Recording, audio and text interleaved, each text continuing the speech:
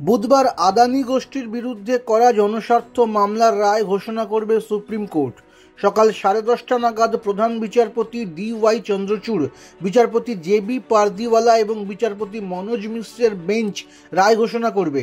হিডেনবার্গ রিপোর্টকে হাতিয়ার করে শীর্ষ আদালতে জনস্বার্থ মামলা দায়ের করেছিলেন আইনজীবী বিশাল তিওয়ারি সহ কয়েকজন।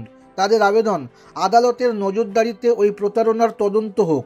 গত নভেম্বর মাসে ওই মামলাগুলির শুনানি শেষ হয়। 1 মাস পরে বুধবার রায় ঘোষণা হবে সেই মামলার।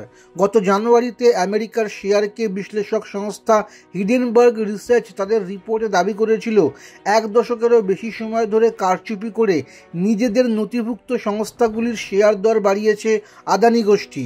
সেবির বিধিকে ফাঁকি দিতে ভুইফোর বিদেশি সংস্থার মাধ্যমে নিজেদের সংস্থার শেয়ার কিনিয়েছে তারা। উদ্দেশ্য অতিরিক্ত নিয়ন্ত্রণ হাতে রাখা। এই রিপোর্ট প্রকাশের পর আদানির সংস্থাগুলির শেয়ার দর বিপুলভাবে পড়েছিল। বহু বিনিয়োগকারী আদানির শেয়ার থেকে টাকা তুলে নিতে শুরু করেন। প্রধানমন্ত্রী নরেন্দ্র মোদীর ঘনিষ্ঠ শিল্পপতি গৌতম আদানির সংস্থার বিরুদ্ধে হিডেনবার্গের রিপোর্টকে হাতিয়ার করে 2টি মামলা দায়ের হয়েছিল সুপ্রিম কোর্টে। বিনিয়োগকারীদের আস্থার বিষয়টি খতিয়ে দেখার জন্য গত বছরের মার্চ মাসে একটি বিশেষজ্ঞ কমিটি গঠন করা হয়েছিল।